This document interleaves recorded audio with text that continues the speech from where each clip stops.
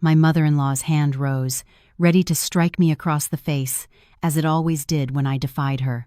But this time, my fingers closed around her wrist in midair, stopping the slap before it landed. "It's over," I whispered, my voice vibrating through the room.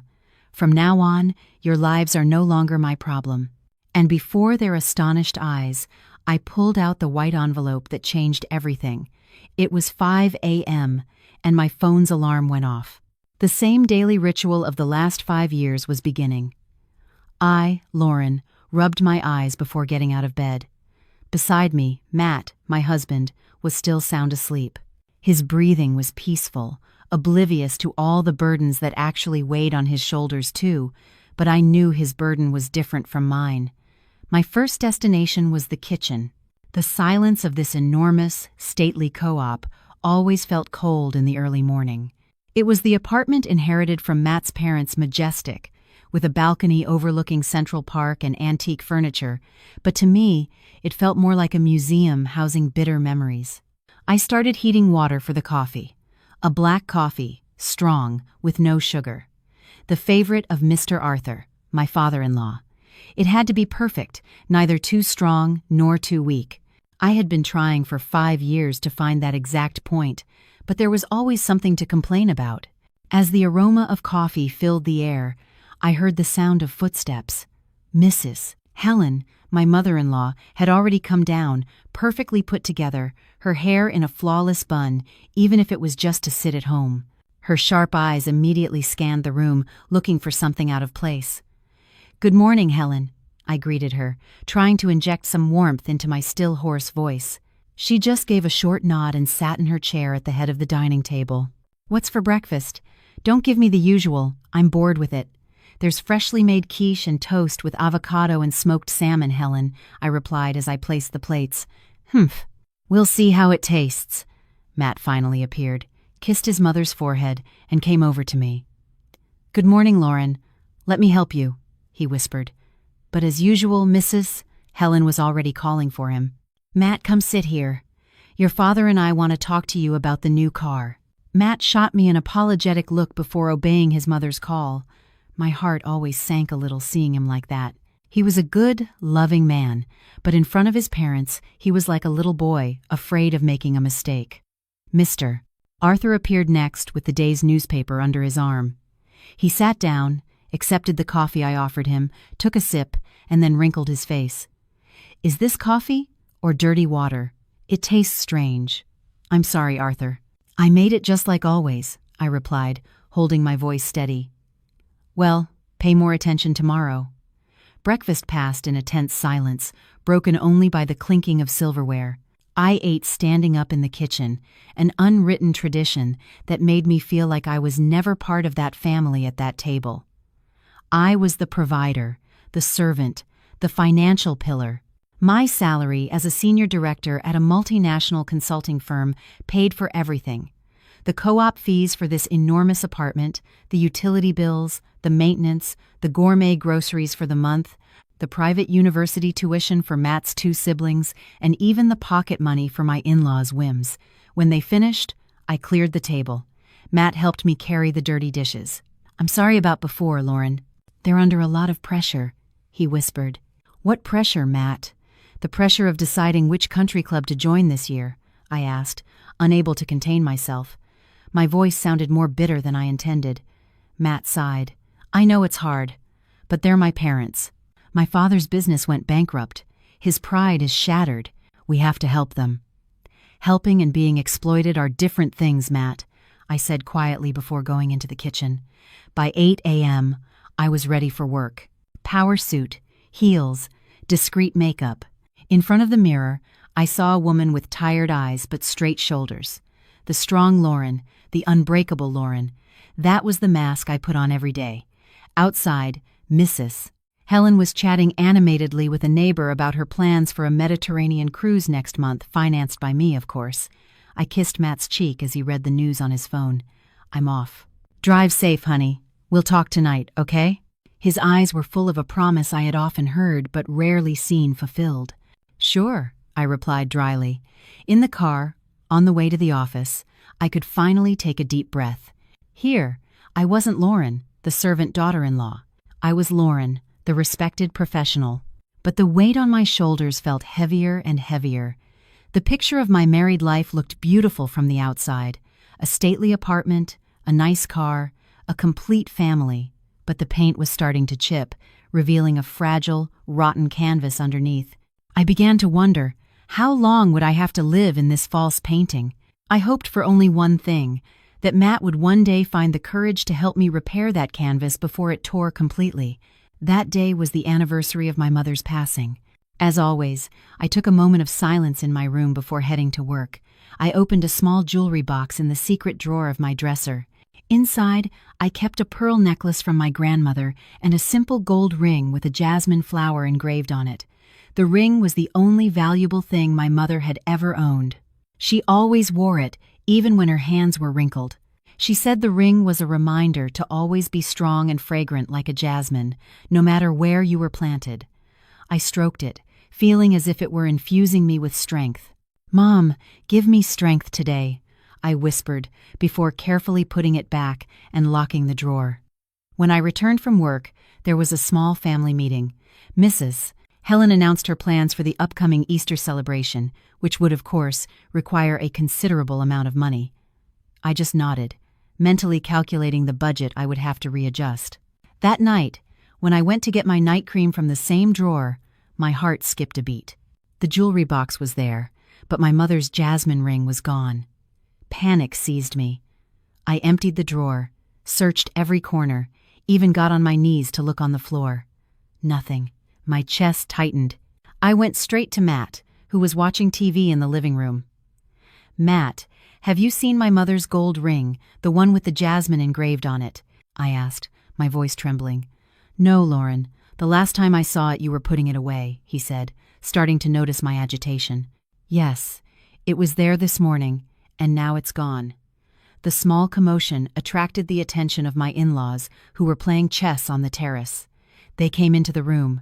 "Gone? You probably put it somewhere else, Lauren. You're so busy with all that work. Your memory is playing tricks on you," said Mrs. Helen, shaking her head.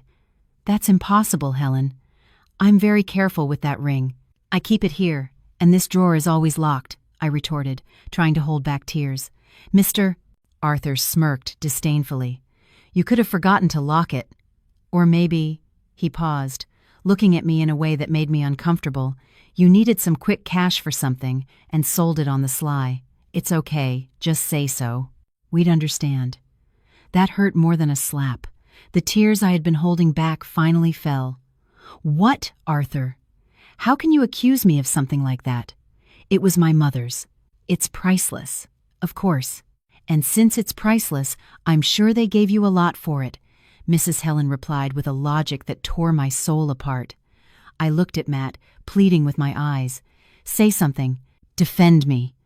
Matt stood up, pale. "Mom, Dad, don't accuse her like that. Lauren would never sell that ring. Matt, you're too trusting. I know what these career women are like today. They need money to keep up appearances, to maintain a status at the office. They earn a lot, but what do they spend it on? Mrs. Helen continued. Her words were like a slow creeping poison. I couldn't take it anymore. I work hard not to keep up appearances, but for this family, for the standard of living you and Dad demand. See, she's already on the defensive. "It's a sign of guilt," Mr. Arthur declared, raising his voice. The argument ended with me running to the bathroom, crying uncontrollably. Matt knocked on the door, begging me to come out, apologizing, but his words sounded empty. He couldn't stop their cruel accusations. He didn't dare tell his parents firmly, "Enough, Lauren is innocent." That night, for the first time since we were married, I slept in the guest room. Not out of anger at Matt, but out of a profound pain and betrayal. The bed felt cold. I hugged the pillow, imagining my mother's warm smile. The ring was gone, and not just the ring, but also the last shred of security I had in that house. I felt like a suspicious stranger in the place that was supposed to be my home. Who had dared to take it, and why? The following days were grim. I was like a robot. Wake up, work, come home, take care of everything, sleep. Communication with Matt was cold. With my in-laws, it was icy. They continued to make snide remarks about honesty and gratitude. One Wednesday afternoon, my boss let me leave early because we had closed a big project. It was barely 3 p.m. As I opened the front door, I saw that Mr. Arthur's car was gone. Normally, he never went out at that time. The apartment seemed deserted. I entered quietly, taking off my shoes. I was about to go straight up to my room to change when whispers coming from my in-laws' bedroom made me stop dead in my tracks. They were serious and somewhat tense, but if she finds out, it was Mrs. Helen's voice. She won't find out. Besides, it's for our own good. Lauren's salary isn't enough if we want to truly recover, Mr. Arthur replied. My heart started pounding. I pressed myself against the cold door. I knew I shouldn't be listening, but my instinct was powerful. They were talking about me. I took the ring to the pawn shop this morning. They gave us a good amount. It can be the seed money for that stock market investment my friend offered me. In a year, it could double, Mr. Arthur said with pride. The world stopped. My breath caught in my throat. The pawn shop. My mother's ring. So it was them. They didn't just take it, they stole my most precious memory and pawned it without a second thought to finance an investment. Fine, but don't be careless.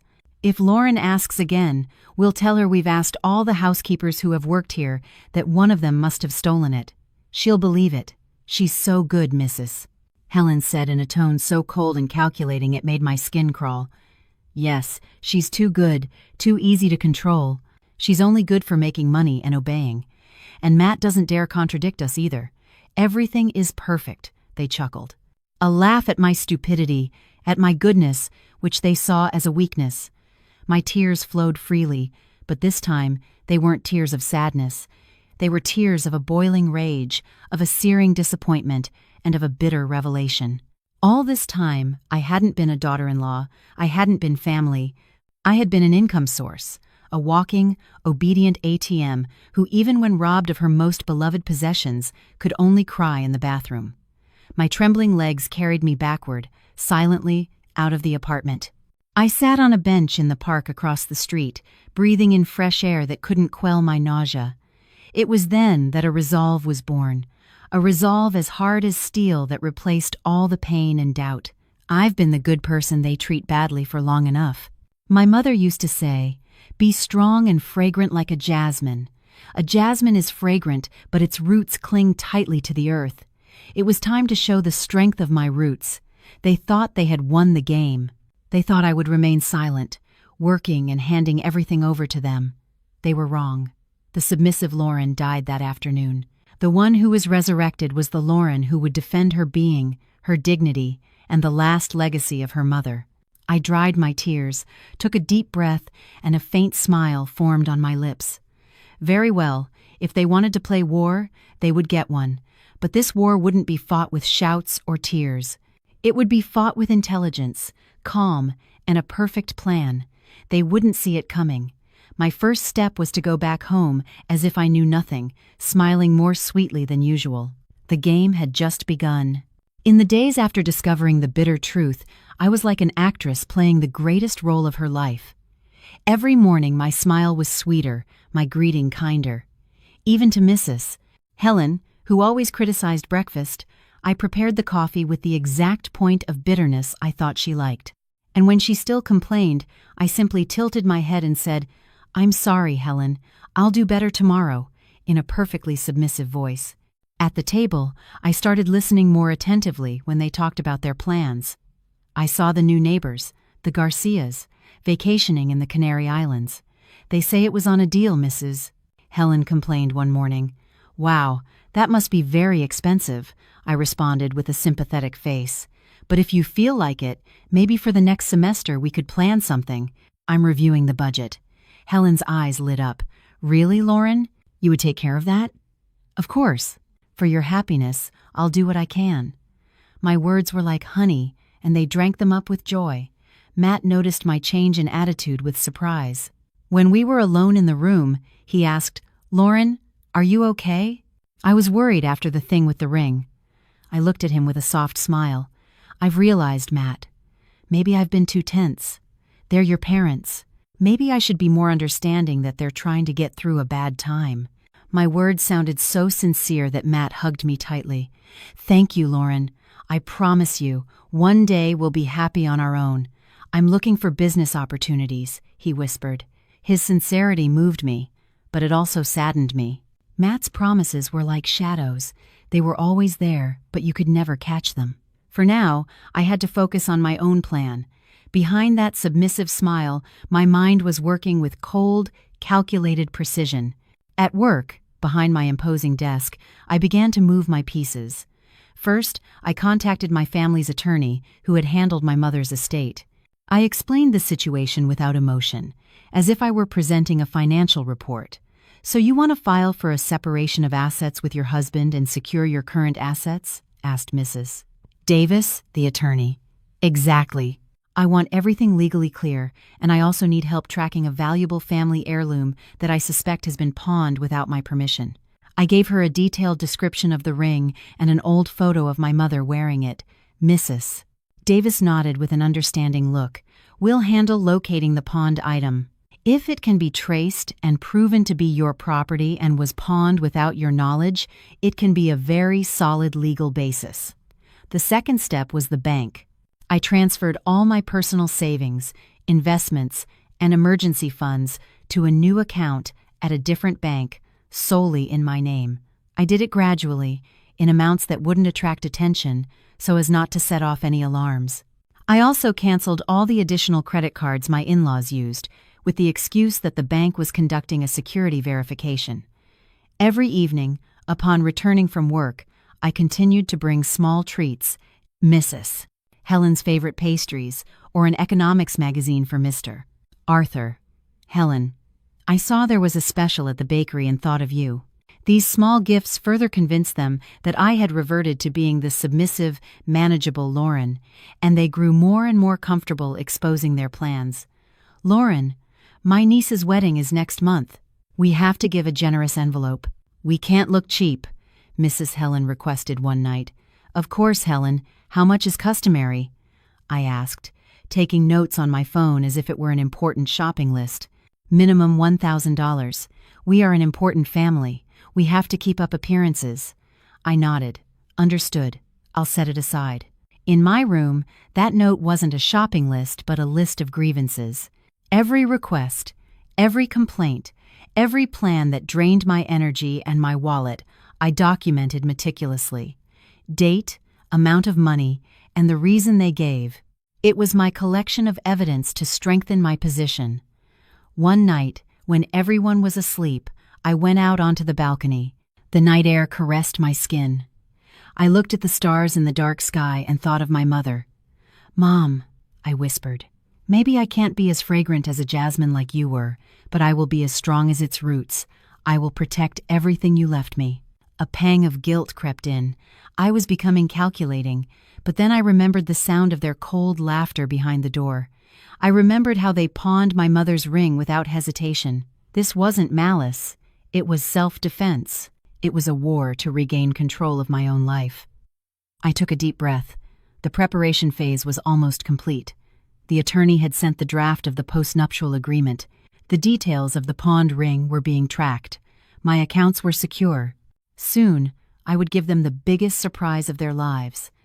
And for that, I had to remain patient, keep smiling, and continue playing my role as the ideal daughter-in-law until the time was right. I returned to the room and looked at Matt, sleeping peacefully. It saddened me, because in my grand plan, he would also be hurt. But his final choice would determine which side he would take. Or, as usual, perhaps he would choose none at all. A month passed, and I became a very patient spectator and an excellent listener. Every weekend, when the family gathered in the living room, I would sit on the sidelines, listening intently. "The stock market is booming, but more capital is needed," Mr. Arthur commented one afternoon, glancing at me. "Oh, what a shame. But I'm sure you'll find a solution, Arthur," I replied with false enthusiasm. "If you need it, I can help you look up information on small business loans for entrepreneurs." They were increasingly convinced I was on their side. Even Mrs. Helen started complaining about more trivial things, like the housekeeper, who she claimed was inefficient. "Lauren, you find a new one. I want one who is young and strong. I want to train her from scratch." "Of course, Helen. I'll start looking next week," I replied, thinking that soon they would be the ones needing to look for work. The climax came at the end of the month. Just a week before payday, they held a family meeting. Without me, of course. I came home a little later on purpose and could hear their animated voices from outside. I didn't need to eavesdrop. I could already guess the content. The next day, Mrs. Helen approached me as I was tending to a small garden I had started on the balcony. "Lauren, your father and I want to talk to you." I stopped what I was doing and greeted her with a smile. "Yes, Helen. What's wrong?" You see, Matt's siblings need more money for their final year projects, and our monthly allowance, well, with the rising prices, we think it needs to be increased. Also, I've been thinking of joining a new social circle with very important people. The entry fee is considerable, but the prestige is enormous. She mentioned a figure that, although I was prepared for it, still took my breath away inside. The sum was almost half my salary. It was their final test. How far could they push me? I didn't answer right away. I looked at the small jasmine pot I had planted myself as a reminder of my mother. Its flowers were in full bloom, fragrant. I took a deep breath and looked at her, my face showing serious concentration. "That's a significant request, Helen." I paused for a moment, seeing the hope in her eyes. "But for the family, I'll try. Give me until payday. I'll arrange everything." "Mrs." Helen's face lit up. She even touched my shoulder, an incredibly rare gesture of affection. "I knew you were a good girl. Matt is lucky to have you." When she left, my smile vanished. It was enough. This was the irrefutable proof of their limitless greed. I had given them enough rope to hang themselves. The last few days before the big day were spent perfecting everything. The attorney finalized all the documents. The postnuptial agreement, which clearly stated that all assets acquired through my own efforts were my exclusive property, was ready to be signed. The official certificate from the pawn shop, successfully tracked by the lawyer, confirming that a ring matching the specifications of my mother's had been pawned by Mr. Arthur, was also in a pristine blue folder. I had even rented a small, modest apartment as their future residence. I didn't want them to end up literally on the street. I wanted them to experience a simple life earned through their own efforts. I also prepared a resignation letter from my position as the family treasurer, written in formal, cold language that detailed all the expenses of the last year, along with the notes of their requests I had been taking. The night before payday, Matt seemed nervous. "Lauren, are you really going to give them that much money tomorrow? It's a huge amount. You'll barely have anything left for yourself." I looked at him. A small spark of hope ignited in my heart. Maybe he would finally defend me. "What should I do, Matt? Tell me, please. Your mother has already asked for it." He was silent for a long time, looking at the floor. "I'll try to talk to them to reduce the amount." That wasn't a defense. It was a negotiation. My last hope was extinguished. "Don't worry, Matt. Tomorrow, everything will be clear, and everything will change." He looked at me, confused, but I just gave him a small smile before turning off the light. I couldn't sleep. My heart pounded, imagining the scene the next day. I was scared, of course, and anxious, but behind it all, I felt an immense relief, like someone who has held their breath for a long time and can finally let it out. Tomorrow, the masks would fall. Tomorrow, the real Lauren would appear. The day arrived. Friday, payday. The atmosphere at home was different. Normally, they acted normal, but today Mrs. Helen seemed especially dressed up. Mr. Arthur was busy checking something on his phone, perhaps information on the stock market or real estate. They looked like hunters who could already see their prey. I got dressed for the office as usual, but with the mindset of a general going into battle. I received my salary transfer notification on my phone while still at the office. The amount, as usual, was substantial, but this time, not a single cent would go to them. Upon returning home, I could feel their expectant gazes from the living room. They were even already seated neatly on the sofa. Matt was by their side, his face tense. "Ah, you're back. We were waiting for you," Mrs. Helen greeted me in an almost friendly tone. "Sorry, Helen. I had to finish a couple of things, I replied calmly. I placed my briefcase on a chair. Then, without changing my expression, I took out a thin brown envelope from inside. It was very different from the thick envelope I used to give them. I placed it on the table in front of them. Here you go, for this month's expenses. Mrs. Helen grinned from ear to ear and snatched the envelope with a swift movement. She tore open one end and pulled out its contents, a few bills and a letter. Her eyes counted the money quickly. The smile on her face vanished, replaced by an expression of confusion and a budding rage. What is this? This isn't even a quarter of the usual. It's not even enough for daily groceries, she shouted, waving the bills. Mr. Arthur jumped up and snatched the envelope from his wife. He looked at the contents, and his face darkened. Lauren, what is the meaning of this? This isn't a joke. Matt looked terrified. Lauren, there must have been a mistake in the count. How is this possible? He asked, trying to mediate. I stood tall, my hands at my sides. My voice was flat and calm, as if presenting a report at the office. There is no mistake, Matt. That is the amount the three of you deserve. What we deserve. Mrs. Helen shrieked, jumping to her feet. And who do you think you are to decide what we deserve? You're nothing but the daughter-in-law. Your obligation is to respect and support your in-laws. Now, all the emotions I had repressed for months, all the bitterness, all the pain, I carefully arranged them into sharp, cold words. The room's atmosphere grew heated, but my own aura became even colder. Obligation, I said slowly. Let's talk about obligations. A daughter-in-law's obligation is to help, not to be squeezed dry. A family's obligation is to respect one another, not to exploit. Where is the proof that we exploit you?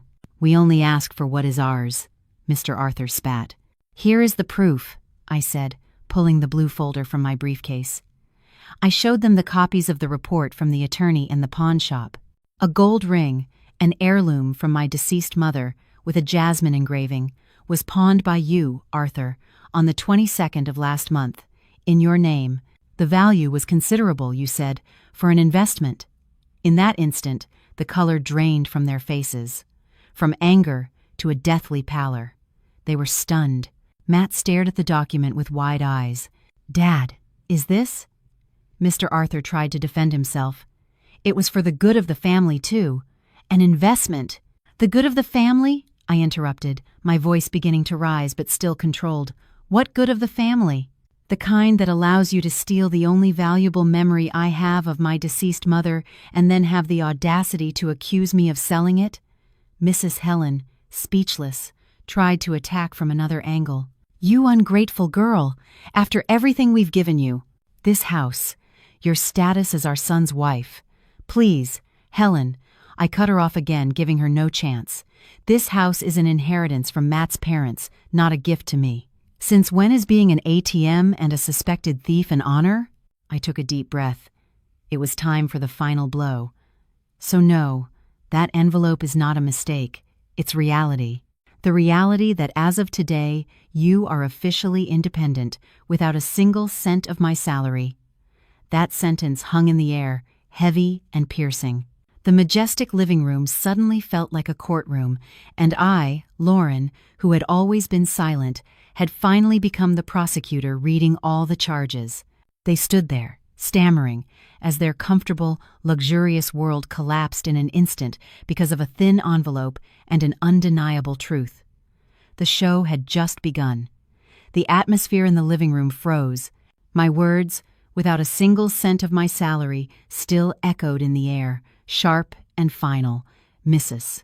Helen's face, once pale, turned a deep red, a mixture of shame, surprise, and unbridled rage. Her eyes burned with a fire I had only seen when she was humiliating me. She said nothing. Her body moved before her mind. With a swift gesture that reflected an old habit of power, her hand rose, fingers together, ready to land on my cheek. It was the final punishment for the rebellious daughter-in-law. Matt shouted, "Mom, no!" But his body seemed glued to the sofa. Mr. Arthur just watched, aghast, still paralyzed by the proof of the pawned ring. I did not flinch. 5 years ago, or even 5 months ago, I would have probably closed my eyes, accepting the slap as the price for peace. But not anymore. As her hand descended rapidly, my instinct and my newfound determination reacted faster. My hand shot forward, not to block it harshly, but to firmly grip Mrs. Helen's wrist in midair, just inches from my skin. My grip was strong, filled with the new confidence I had kept hidden. Her skin felt cold and wrinkled in my palm. She was dumbfounded. Her eyes widened in disbelief. It was the first time in the history of our relationship that I had physically stopped her authority. "Let go of me!" she shrieked, her voice broken with hatred. She tried to pull her hand away, but I held on. I wasn't squeezing to hurt her, but with enough force to send a clear message. "No," I replied. My voice was low, but it resonated with clarity in the tense silence. "I will not allow you to lay a hand on me again. Ever." Everyone was frozen in that tableau. Matt, silent, with an expression of shock and deep guilt. Mr. Arthur, speechless, his arrogance crumbling as he saw his wife physically subdued. Mrs. Helen was panting, more from humiliation than from effort. I slowly released her wrist, and she snatched her hand back as if it had been burned. "Are you insane, Lauren?" Mr. Arthur finally managed to say, but it was just a powerless growl. I stood up even straighter, looking at them one by one. "You're the ones who are insane for thinking kindness is weakness, and that you could keep squeezing me dry without consequences." My voice was stronger now, filling the room. It's time to face reality. I took the blue folder again and pulled out more documents. This is a copy of the post-nuptial agreement for separation of assets, already registered with the attorney. Everything I have earned with my salary is my absolute property. This house is in Matt's and your name, Arthur, so do what you will. But the car you use is in my name. The credit cards have been canceled. The savings accounts you know about are empty. Matt stood up, shattered. "Lauren, what have you done? Why did you take it this far?" I looked at him. The pain in my heart resurfaced, but I suppressed it. "I have done what you should have done a long time ago, Matt. Protect us." "But you were too busy protecting their feelings," I pointed to my in-laws, forgetting that your partner was also being hurt. "They pawned my mother's ring, Matt, and accused me of selling it." Now, I directed all my words to Mr. Arthur and Mrs. Helen. "For you two, this is the reality. You have two options. First, I report the case of the ring to the police as misappropriation of property. Or second, you leave this apartment and start living on your own." "Impossible. This is our parents' home," Mrs. Helen screamed. "Correct, so you can stay. But without electricity, water, or food paid for by me, and with a criminal case that will give your important friends plenty more to talk about," I replied coldly. "I have rented a small, modest apartment for you for 3 months. Enough time for you to find jobs and start a new life. After that, you will be completely on your own." They fell silent, stunned. My detailed, relentless plan left them breathless. They were used to being in control, and now it had been completely taken from them. "And you, Matt," I continued, my voice softer but firm. "You are free to choose, stay here with them, or start something new.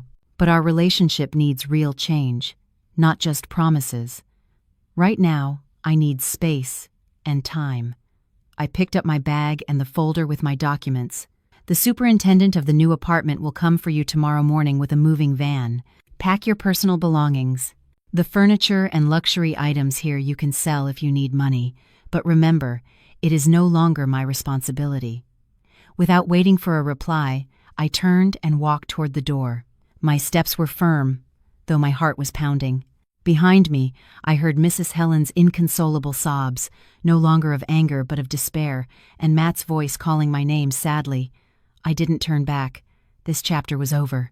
I had just closed a dark book, and I wasn't going to open the same page a second time. The next day, I didn't go to work. I checked into a hotel near the office, giving myself time to breathe. I informed Matt via text that I would oversee the move from a distance and that he should ensure his parents cooperated. From the hotel window, my mind drifted to what had been my home. I imagined the chaos inside. The luxury items that had been their pride now had to be sorted.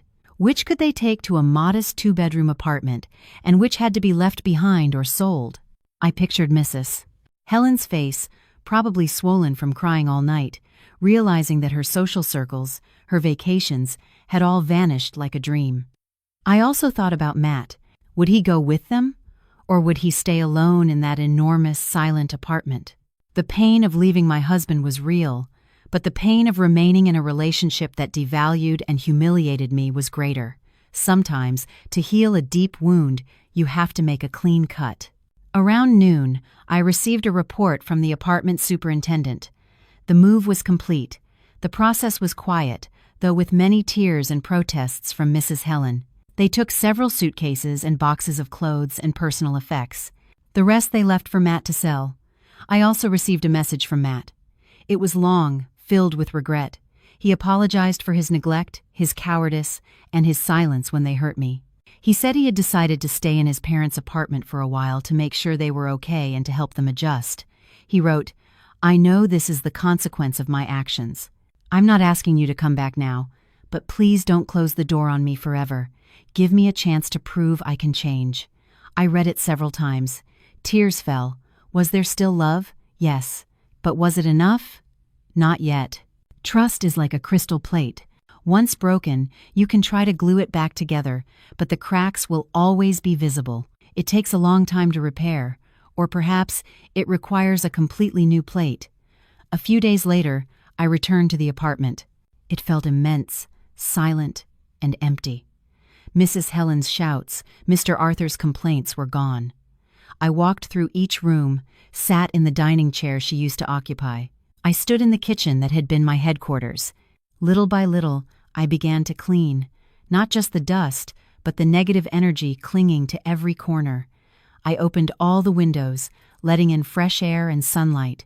I moved furniture, changed the curtains, rearranged the living room. I wanted this apartment to truly become a place of peace, not of bitter memories. In the process, I found a small box hidden behind a cabinet in my in-laws' bedroom. It contained some letters and an old photo album.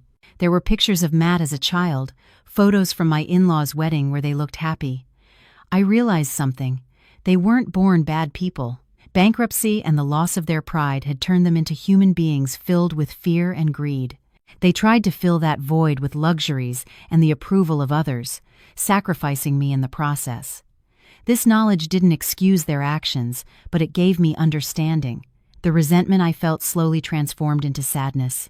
Sadness to see how a family could be destroyed by material things and status. Sadness because Matt was caught in the middle.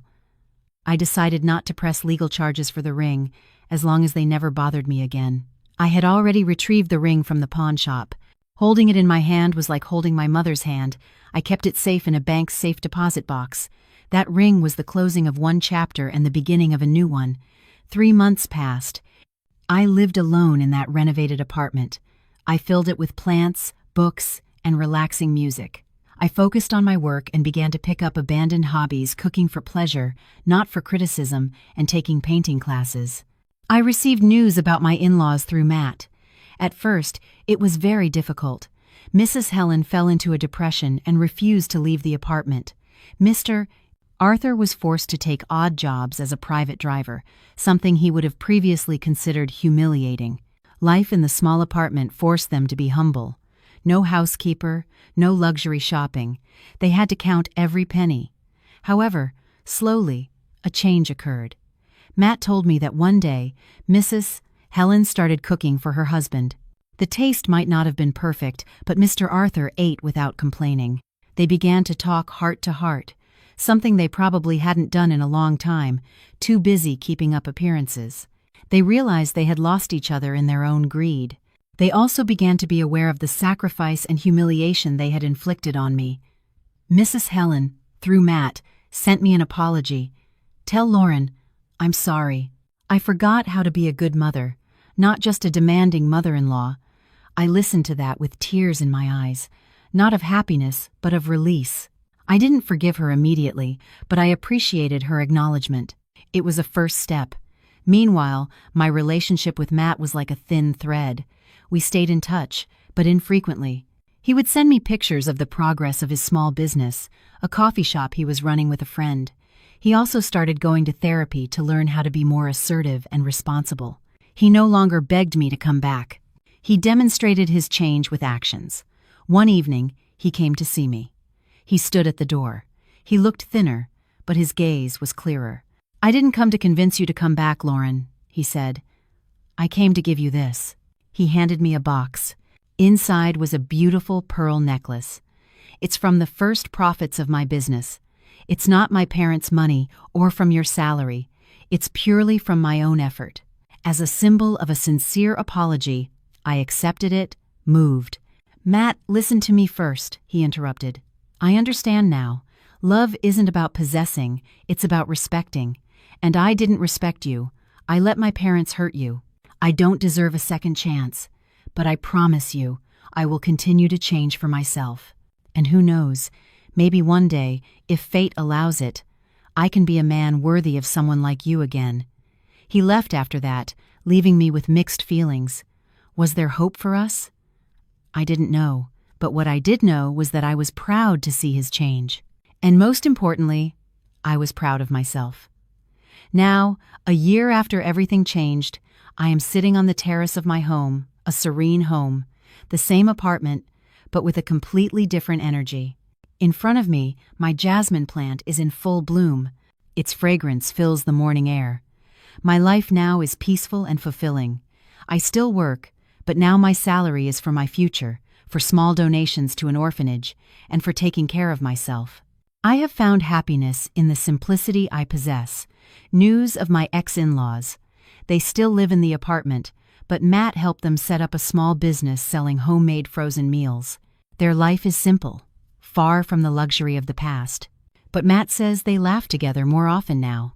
They have learned that dignity doesn't come from a designer handbag or an exotic vacation, but from hard work and honesty.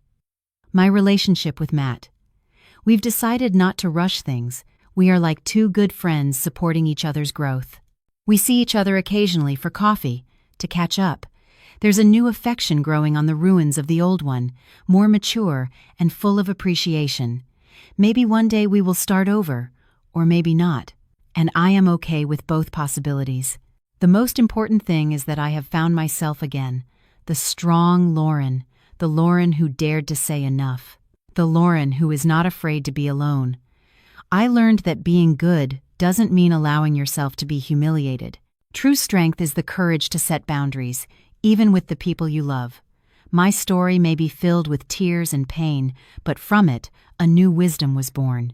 For anyone listening to this, if you are in a situation that makes you feel small, where your kindness is seen as weakness, remember that you have the right to be respected. You have the power to change the script of your life. Sometimes the most difficult step, like walking on broken glass, is the one that leads you to a brighter place. Like the jasmine on my terrace, it had to endure storms. Its leaves withered, but with strong roots and the right care, it bloomed again, even more fragrant than before.